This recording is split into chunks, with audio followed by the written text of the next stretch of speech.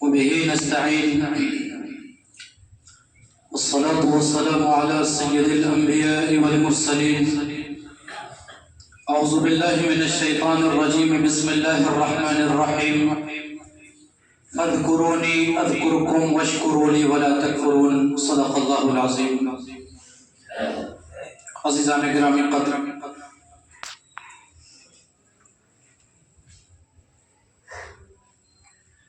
شعبان کا مہینہ چل رہا تھا. اللہ کے رسول صلی اللہ علیہ وسلم نے ایک حدیث میں فرمایا، شعبان شہری و رمضان شہر اللہ. اس حدیث کا مفہوم ہے کہ شعبان میرا مہینہ ہے اور رمضان المبارک اللہ تبارک و تعالیٰ کا مہینہ ہے. تمام مہینے، تمام سال، دن اور سیکنڈ، منٹ اور گھنٹے، یہ تمام کے تمام اللہ ہی کے بنائے ہوئے ہیں. لیکن جس دن یا جس وقت کو اللہ تبارک و تعالیٰ اپنے طرف متعین کر لیتے ہیں، اپنے بارے میں اس کو خاص کر لیتے ہیں، اس چیز کی فضیلت اور بڑھ جایا کرتی ہے.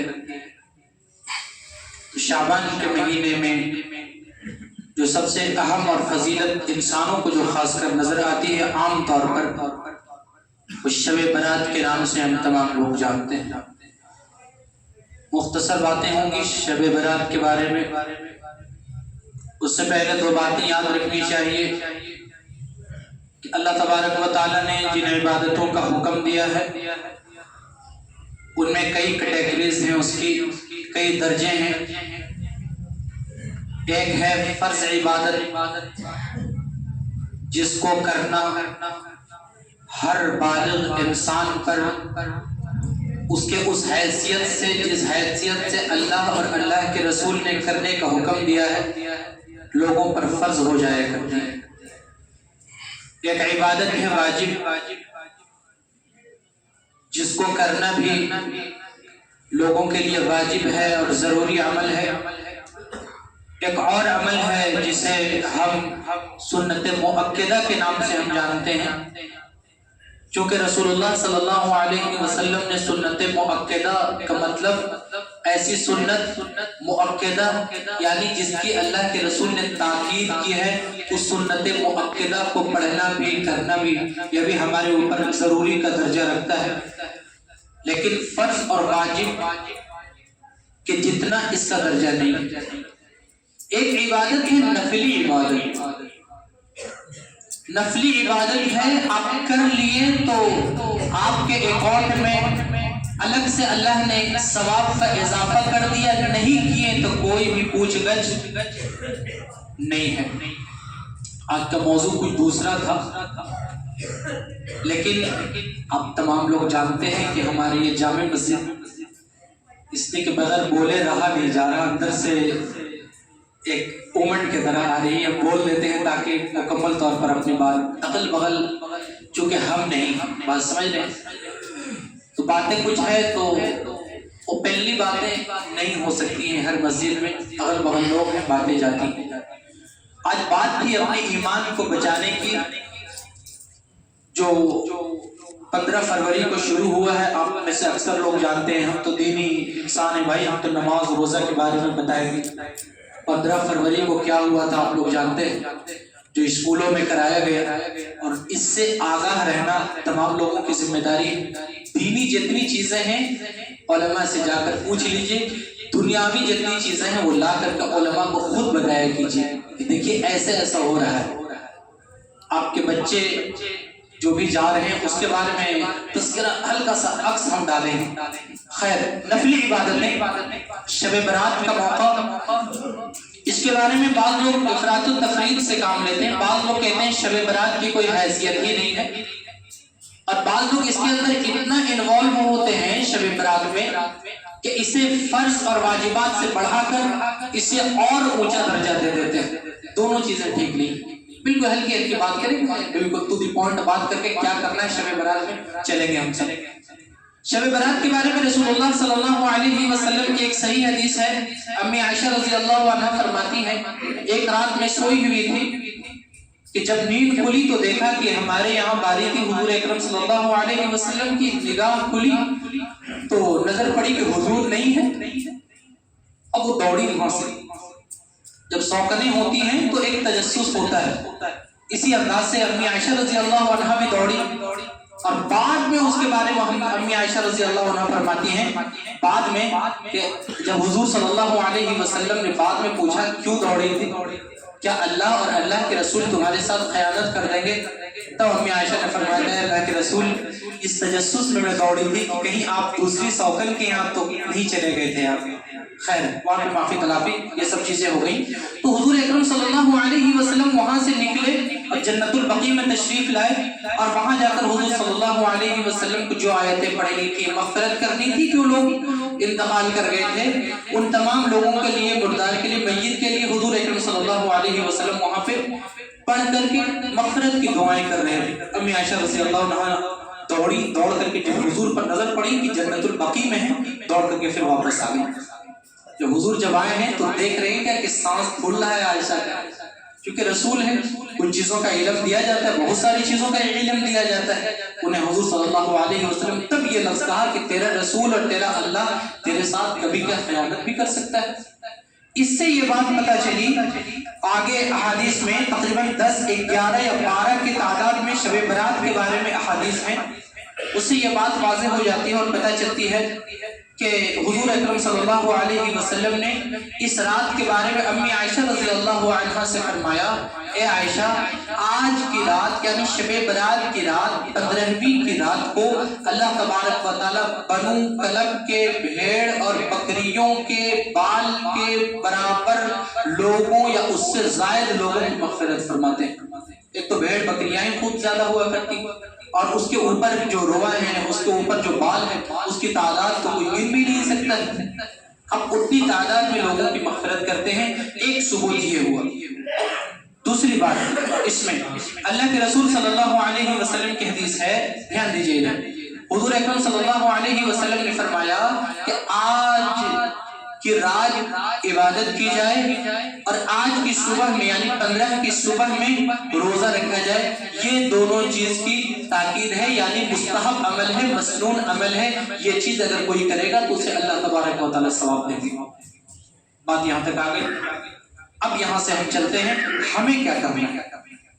ان راتوں میں وہ چیزیں جو الگ سے رائج ہیں ان چیزوں کا اس رات میں یا اس دن میں کوئی بھی ضرورت نہیں ہے اور اسلام سے اس کا کوئی تعلق نہیں. مثال کے طور پر قبرستان جانا, حضور گئے تھے, ہم بھی جائیں گے, لیکن اس ادا سے جائیں گے جس ادا سے حضور جاتے تھے, اس طرح سے جائیں گے جس انداز سے حضور صلی اللہ علیہ وسلم گئے تھے. اور وہ کام کریں گے قبرستان میں جا کر جو کام حضور نے کیا تھا, کریں گے انشاءاللہ. اب دیکھتے ہیں حضور صلی اللہ علیہ وسلم اپنے مکمل نبوت کے 23 سالہ عرصے میں بس 1 سال گئے تھے اور 22 سال نہیں گئے تھے. شب برات کی جو رات آتی ہے وہ ایک ہی سال میں ایک ہی بار ہے. حضور نے جو 23 سال کا عرصہ ہے نبوت کا, 40 سال کی عمر میں نبوت ملی اور 63 سال کی عمر میں حضور صلی اللہ علیہ وسلم کی وفات ہوئی. کتنے سال ہو گئے؟ 23 سال ہو گئے. 23 سال میں صرف 1 سال حضور صلی اللہ علیہ وسلم جنت البقیع میں گئے ہیں, قبرستان گئے ہیں, اور 22 سال نہیں گئے ہیں. اس سے یہ بات پتہ چل گیا کہ جو نہیں جائے اس کے اوپر کوئی بھی زور زبردستی نہیں ہے. جو چلا گیا وہ مستحب عمل ہے, وہ ثواب سمیٹ لیا. بات سمجھ گئے؟ اسی لیے لازم سمجھ کر کے جانا کہ جانا ہی ہے. جو نہیں گیا راتیں برباد ہو گئی, اس کے رات میں عبادتیں قبول ہوئی, اس کی کوئی بھی ثبوت نہیں ہے. نمبر 1 ایک کام کرنے کا ہے قبرستان جانے کا. اس میں جو الگ کام ہم کرتے ہیں بتیاں جلا کر, اپنے موبائل پہ ٹارچ جلا کر کے جائیں. یہ کیا ہے کہ ہم اس زمانے میں چلے جا رہے ہیں جہاں موم بتیاں یہ وہ جلاتے ہیں. نہیں, ان چیزوں کی وہاں پر اجازت نہیں ہے. آپ جائیے اپنے ٹارچ وغیرہ اگر ضرورت ہے, اگر راستے اندھیرے ہیں اپنے ٹارچ جلا کر کے آپ جائیے. اس میں اگر بتیاں, موم بتیاں, ان چیزوں کو جلانے کا حضور صلی اللہ علیہ وسلم یا صحابہ سے, اپنے علماء سے پوچھئے کہ احادیث میں ہمارے سلف صالحین میں اس کا کوئی ثبوت ہے, ہمیں دکھائیے. ہم تو عمل کرنے والے لوگ ہیں, عالموں سے پوچھ پڑھ کر نہیں. حقیقت یہی ہے نا کہ ہم تو عالموں سے پوچھ کر کے اپنے راستے کو جنت کی طرف سیدھا کرنے والے ہیں۔ نمبر ایک قبرستان جانا، اس میں کوئی خرافات نہیں، جانا ہے، جانے کے بعد جو عمل کرنے کا ہے وہ ہے بخشنا۔ بہت سارے لوگ بخشنے کے لیے بلاتے ہیں باضابطہ طور پر کہ امام صاحب ہیں آ جائیے نا، بخش دیجیے نا۔ اتنا بھاری ہم لوگوں نے بخشنے کو کر دیا ہے۔ بخشنے کا آسان طریقہ سمجھ لیجیے، بخشنا کیا ہوتا ہے۔ قرآن مجید کی کوئی سی بھی آیت، آپ مثال دے رہے ہیں جو اکثر قرآن مجید کی آیتیں پڑھی یا ایک بار یا ایک ہی سورت پڑھی، سمجھ رہے ہیں، اب اس کو پڑھنے کے بعد اللہ سے ہم بیٹھے بیٹھے یہاں پہ دعا کر لیں، گھر کے اندر دعا کر لیں، آپ سبزی بیچتے ہوئے دعا کر لیں، کپڑے بیچتے ہوئے دعا، جہاں دعا کریں کہ اے اللہ ابھی ہم نے یہ جو آیتیں پڑھی ہیں، اے اللہ اس میں جو غلطی ہوئی ہے اس کو معاف فرما دیجیے۔ نمبر ایک کیا، اللہ اس میں جو غلطی ہوئی ہے اس کو معاف فرما دیجیے۔ اس کے بعد کہیے کہ اے اللہ اس کا ثواب آپ میرے والد صاحب کو پہنچا دیجیے۔ اب وہ بغیر کسی روک ٹوک کے فوری طور پہ میرے والد صاحب کے قبر میں پہنچ گئی، اب اللہ نے ان کو راحت پہنچا دی۔ اب اس کے لیے ہم تلاش کریں گے 3 دن 4 دن 10 دن کے لیے تلاش کریں گے، کوئی عالم صاحب آئیں گے اور بخشیں گے، کیا ضرورت تھی یار؟ اللہ نے تو دین آسان کیا تھا، اللہ کے رسول نے، بات سمجھ رہے ہیں۔ قبرستان جائیے، جانے کے بعد تینوں کل پڑھیے، جو بھی صورتیں جو بھی آیتیں آپ کو یاد ہیں وہ پڑھیے، پڑھنے کے بعد کہیے اے اللہ یہ جو ہم نے پڑھی ہے اس میں جو بھی غلطیاں ہوئی ہیں اس کو معاف فرما دیجیے، اور اس کا ثواب میرے مرحومین دادا ابا خالو جو بھی انتقال کیے ہیں اے اللہ ان کے روح مبارک کو پہنچا دیجیے۔ فوری طور پہ پہنچ گیا اور ان کے حق میں اللہ تبارک و تعالی بھلائی کا معاملہ فرمائیں گے۔ یہ ایصال ثواب کا آسان طریقہ ہو گیا۔ نمبر 2 اسی میں ہم ہلکا سا بیان کرتے ہیں، یہ جو 3 دن 40 دن اور یہ جو بہت سارے دنوں میں یہ سب چیزیں جو رائج ہو گئی ہیں، یہ سب چیزیں اسلام میں زیادتی اور رائج ہے، دھیان دیجیے اس کو اوپر۔ جناب علی والد صاحب کا میرے انتقال ہوا ہے، ان کو قبر میں اترنے کے بعد فوراً منکر نکیر، کیا منکر نکیر روکیں گے کیا کہ نہیں تمہارا بیٹا وہاں جو ہے نا وہ آئے گا، آنے کے بعد پھر وہ آ کر مغفرت کی دعا کرے گا، تب ہم پوچھیں؟ کچھ نہیں، وہاں کچھ نہیں چلتا، اعمال چلتے ہیں وہاں پر کیا ہے، وہاں پر اندر دفن کرنے کے بعد اب وہاں فوری طور پر ان کی حاجت اور ضرورت ہو جاتی ہے، کوئی آئے اور آ کر کے ہمیں کوئی اپنی نفلی عبادتوں کا ثواب پہنچائے یا کسی طریقے سے میرے لیے مغفرت کی دعا کرے۔ اسی لیے جو بھی انتقال کر گئے ہیں سمجھ رہے ہیں وہ فوری طور پہ چاہتے ہیں کہ انہیں ثواب ملے، اسی لیے 3 دن 40 دن کا کانسیپٹ اسلام میں نہیں اور ہماری عقل سے بھی لگنے والی چیز نہیں۔ بھائی میرے ابو کو ابھی ضرورت ہے، ہم 3 دن کیوں انتظار کریں گے؟ ایک نہیں سوچ سکتے ہیں ہمارے ابو کو ابھی ضرورت ہے، ہم 40 دن کیوں انتظار کریں گے جناب، ہم ابھی پہنچائیں گے۔ اسی لیے جب بھی گھروں میں کسی کا انتقال ہو جائے، تھوڑا سا ہٹ رہے ہیں ہم، گھروں میں انتقال ہو جائے اسی وقت سے جو اہلیہ ہے اگر ان کی حالت تو اچھی نہیں رہتی ہے، اس لیے کہ بہت بڑا غم ہے، اور لوگ جو ہیں وہ اپنا رونا ہے تو ہلکی ہلکی آنسو سے اگر رو بھی رہے ہیں، دل میں غم ہے، لیکن ان کے لیے راحت پہنچانے کے لیے سب سے آسان طریقہ رونا نہیں، سب سے آسان طریقہ ہے وضو کیجیے، سورہ یاسین یا کوئی بھی صورتیں ہیں وہ اگل بغل کہیں ادھر ادھر بیٹھ کر کے جہاں پر بے پردگی نہ وہاں پر بیٹھ کر کے پڑھیں اور اس کو پڑھ کر کے دعا کریں کہ اے اللہ ان کی مغفرت فرمائیے، یہ بہترین طریقہ ہے۔ نمبر 1 دوسری چیز ہے رات میں جگنا، رات میں جگ کر کے عبادت کرنا۔ ان عبادتوں میں ایک چیز واضح ہم کر دیں، ہم بالکل سمپل طور پہ چل رہے ہیں تاکہ ایک ایک کے ذہن میں چیزیں آ جائیں۔ اس میں اللہ کے رسول صلی اللہ علیہ وسلم نے رات میں جاگ کر کوئی بھی نماز کا ایک الگ طریقہ، نیا طریقہ کہیں سے کوئی ثبوت نہیں ہے۔ اگر اللہ کے رسول صلی اللہ علیہ وسلم کا کوئی ثبوت نہیں ہے جب، تو پھر ہم تو عاشقان رسول ہیں، جو سرکار کہیں گے وہی ہم اپنی زندگی میں لائیں گے۔ نہیں، میری زندگی کا مقصد تیری دی کی سرفرازی، میں اسی لیے مسلمان، میں اسی لیے نمازی۔ اے اللہ کے رسول تو نے جو کہا ہے اس کو تو ہم چمٹ کر پکڑنے کے لیے ہم جی رہے ہیں، تیرے خلاف ہم کیسے کر سکتے ہیں؟ بات سمجھ میں آ رہی ہے؟ اللہ کے رسول نے اس رات میں جاگ کر کوئی بھی عمل نہیں بتایا ہے کہ یہ کرنا ہے۔ کرنا کیا ہے؟ نفلی عبادتوں میں، نفلی عبادتوں میں سب سے بہترین اگر کوئی عبادت ہے تہجد کی نماز ہے۔ نمبر 2 ایک اور نماز ہے، حضرت ابن عباس رضی اللہ تعالیٰ عنہ سے، یا حضرت عباس اپنے چچا حضرت عباس رضی اللہ عنہ سے حضور صلی اللہ علیہ وسلم فرمائے، اے چچا میں ایک ایسی نماز آپ کو نہ بتا دوں کہ جو اس دنیا اور معافیہ سے بہتر ہے اور بڑا اجر ہے اس میں؟ اے چچا جان اگر اس چیز کا موقع مل جائے روزانہ پڑھیے. چچا جان اگر روزانہ نہ پڑھ سکے تو ہر ہفتے پڑھیے. چچا جان اگر ہر ہفتے نہ پڑھ سکیے تو ہر مہینے پڑھیے. چچا جان اگر ہر مہینے نہ پڑھ سکیے ہر سال پڑھیے. چچا جان اگر ہر سال نہ پڑھ سکے تو کم از کم پوری زندگی میں ایک بار تو ضرور پڑھ لیں. وہ نماز صلاۃ التسبیح. صلاۃ التسبیح کہ جناب علی آپ 4-5 سال پہلے چلے جائیں, یہی جامع مسجد ہو یا اور کوئی مسجد, ان میں ہے نا جب آپ داخل ہوتے ہوں گے تب دیکھتے ہوں کوئی ادھر نمازیں پڑھ رہا ہے, کوئی ادھر صلاۃ التسبیح کی نیت باندھے ہوئے ہے, کوئی ادھر سورہ کہف پڑھ رہا ہے, کوئی ادھر اپنی عبادتوں میں مصروف ہے. کہاں چلے گئے وہ لوگ جو اس انداز سے آ کر کے مسجدوں میں آ کر کے اللہ تبارک و تعالیٰ کہ اس جبیل نیاز کو ختم کر کے ان مسجدوں کو روشن کرتے ان عبادتوں سے. ختم ہو رہے ہیں یہ لوگ, بات سمجھ, ختم نہیں ہو رہے. ہم لوگ اتنے مصروف ہو گئے کہ اللہ کو ٹائم نہیں. جب اللہ کو ہم ٹائم نہیں دیں گے تو اللہ ہمیں ٹائم دے. بات سمجھ رہے ہیں؟ وَسَارِعُوا إِلَىٰ مَغْفِرَةٍ مِّن رَّبِّكُمْ, لوگوں دوڑو نا اللہ کی مغفرت کی طرف.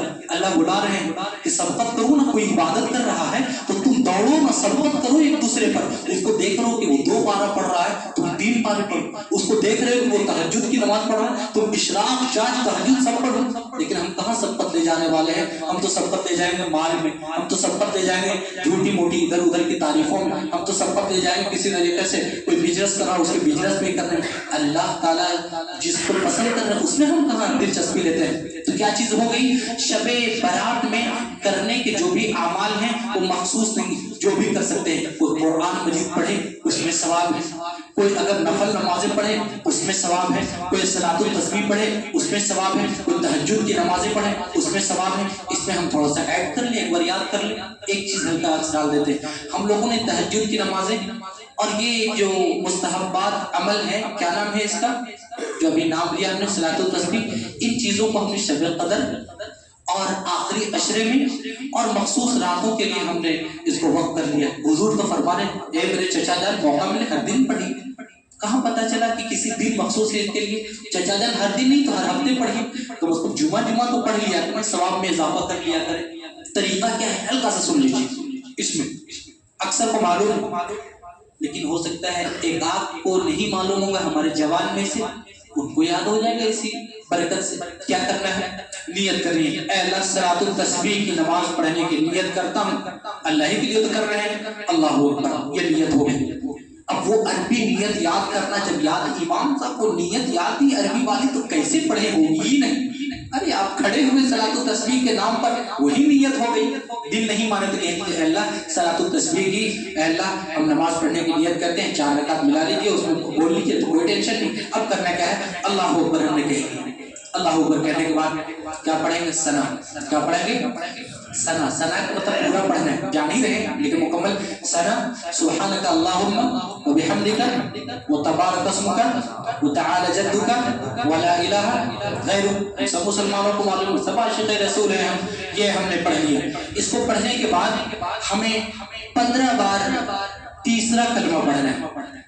ٹھیک ہے؟ سبحان اللہ والحمدللہ ولا الہ الا اللہ واللہ اکبر.